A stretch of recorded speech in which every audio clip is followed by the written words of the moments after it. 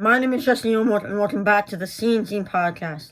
Today, I'll be telling you which players I think you should invest in baseball card-wise, as I think the prices are not too expensive as of now, and I think that they will grow a lot over time. But before we do that, let's take a look at Card of the Week.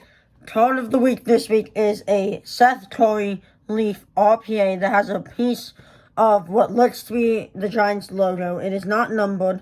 I got this at a local card store. I personally really like Seth Curry. You'll be hearing about him on this list and why. It's a very nice card. I really like this design. It definitely, if I had it during my card design episode, it would definitely be in the top 5 somewhere. I really like it. I just do. It's the Trinity 2020. It's a newer card. If you're not watching this on YouTube, you can either go to YouTube to see the card of the week, or you can check it out on Instagram at Cards and Talk. Make sure to follow me there, even if you don't need to go see it if you're watching on YouTube. Please make sure to follow me there. We're closing in on 200 followers there. Now let's get on to the actual episode. To start this list off, following up from Card of the Week is Seth Curry. He's the number 81 prospect in the entire MLB currently. He is a pitcher for the Giants. I think he's going to be an ace, especially if he can learn from some of the guys they have now in a few years. I think he'll get called up in a year, maybe 2. I think he will be a top 5 pitcher in the league at the peak of his career, winning at least 2 Cy Youngs. Now, I got that RPA of him for $10, and I think by the end of his career, I could see it being worth over $100. I have very high hopes for Seth Curry.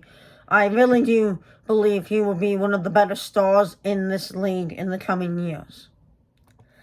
Next up on this list is Brendan Davis, who did come on the podcast. His cards was way cheap, and then the futures came around. He hit 2 home runs, won the MVP, absolutely killed it, put himself on everybody's radar, and his cards are all starting to get a little pricey, so I would invest now. Don't have a lot of time to wait along. He'll be in the league soon enough. He's been killing it. I have 2 autos of him and 1 Force Bowman currently. I am really looking to hopefully get more. But he's been killing it. He's going to be good. I'm very excited to see what he can do at the big league level. Next up, Brian Hayes of the Pittsburgh Pirates. He's having a good rookie year. I think he's going to be really good. Have high hopes for him. His stuff is a little more on the pricey side, but I definitely think it will grow a lot more. So if you can, I would say splurge a little, get an auto. I think it will definitely be worth the while in a couple of years. Next up on this list is Sam Huff, catcher for the Rangers. He has now hit 2 home runs over 500 feet this year in the minors. He's been killing it. I believe he's number 57 in the top 100 rank currently. I have so much hope for him. I only have 2 rookies of him, but I am looking to get more cards of him. He is going to be an absolute stud, and I could see him being the best catcher in the league at one point in his career. Especially with the amount of power this guy has, I have a ton of hope for him. Next up is Tariq Snowball. I really like him being the number 2 behind Casey Mize. His stuff is, again, it can be up there for something high end, but I think he's going to be absolutely solid, especially pitching behind Casey Mize. I have an auto of him, and I think I have a couple of rookies of him this year. He's going to be really good. I would definitely watch out for him in the future, and I would definitely invest right now in him because he will be a star in this league. Next up is Nick Madrigal, who is PC, but I pulled an auto of him out of 10.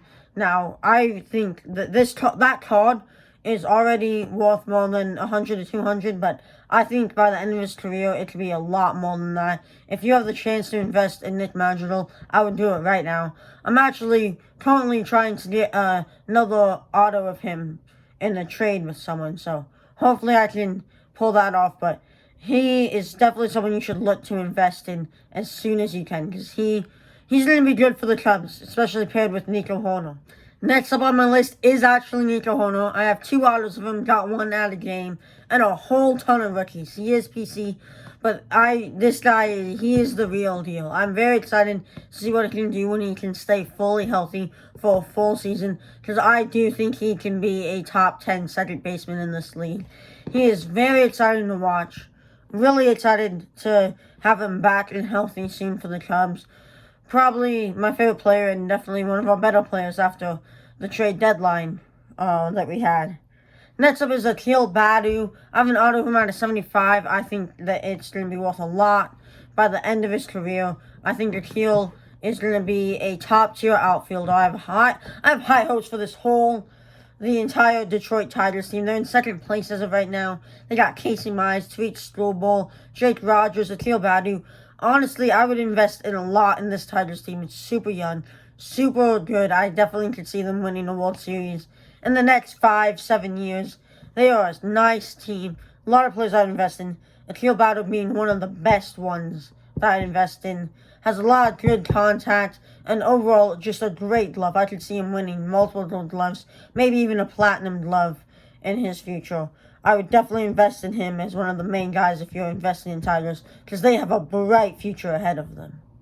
Next up is Tyler Stevenson, who's probably the least investment-wise on this. I just really like him. He signs TTM.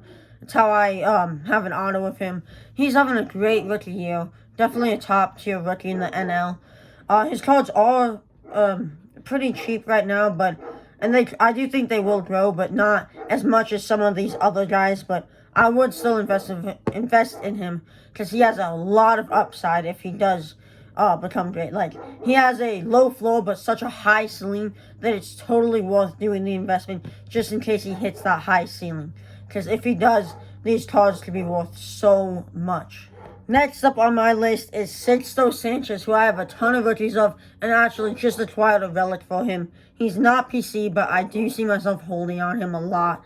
I think he will be the best pitcher in 2027 around that time. I have such high hopes for him. Kind of a foolish thing I did is I drafted him in my fantasy draft, thinking that he would start. I thought he'd be rookie of the year at the beginning of the year. He hasn't been in the majors all year. Obviously, I dropped him after the first 3 or 4 weeks, but it was very poor decision-making on me drafting him in the draft. I got him with one of my last picks, though. But, yeah, I would still invest in him. He's going to be great. I thought he would start and debut this year, but they're waiting. I really, really had high hopes for him. Really sad that he didn't start the year in the MLB. Next up is Nove Marte, who I only have one card of, which is a Bowman, first Bowman. He's going to be an absolute stud for the Mariners. He's in the top 100 prospects. I think he's around like 78-ish. He's going to be good. His cards are expensive, but it's worth the investment, as he is going to pan out to be one of the top guys in the league when he at his peak of his career. I have so much hope for him. I think he'll lead the Mariners to multiple titles with Jared Kelenic and Julio Rodriguez and George Kirby. That the Mariners have a lot of farm guys, and you can't go wrong with investing in any one of them. But Nove Marte, I think, is the best investment you can make, as he's one of the better guys who is also severely underrated between all of them, all like 6 that are in the top 100. But definitely invest in the Mariners prospects. The Mariners have a very bright future ahead of them, especially with Kyle Lewis. When he can be healthy, this team can be very dangerous. Next on my list is Keibert Ruse, went from the Dodgers to the Nationals at the deadline for Scherzer and Turner, but he is going to be a top catcher very soon. I think he gets called up next year, and by 2022, 2023, he'll already be a top 7 catcher. He has a very high upside, and honestly, his prices for cards are insanely cheap right now. It's insane for such a talented player for them to be that low, when I could see him being possibly better than Sam Huff, and I'm very high on Sam Huff.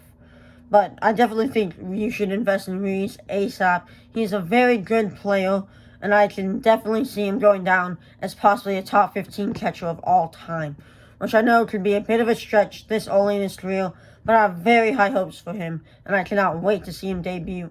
The final player on my list is Blaze Jordan, who, yes, is very young, about 19 years old, but he is the real deal.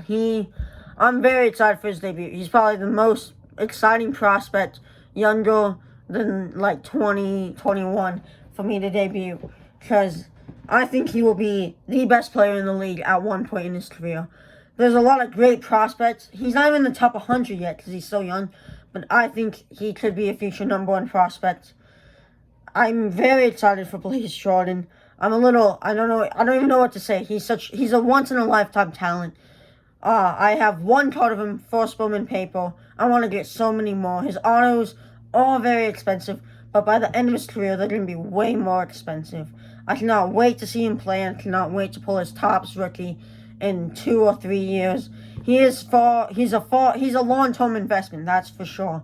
He's not someone whose stuff is going to rise a whole ton in any time soon. It's definitely one of the more long-time investments, but it is so worth it. Thank you all for watching this week's episode of CNT. Make sure to hit that like button and to subscribe from wherever you're watching. I hope you enjoyed it, and I'll see you next week. Bye.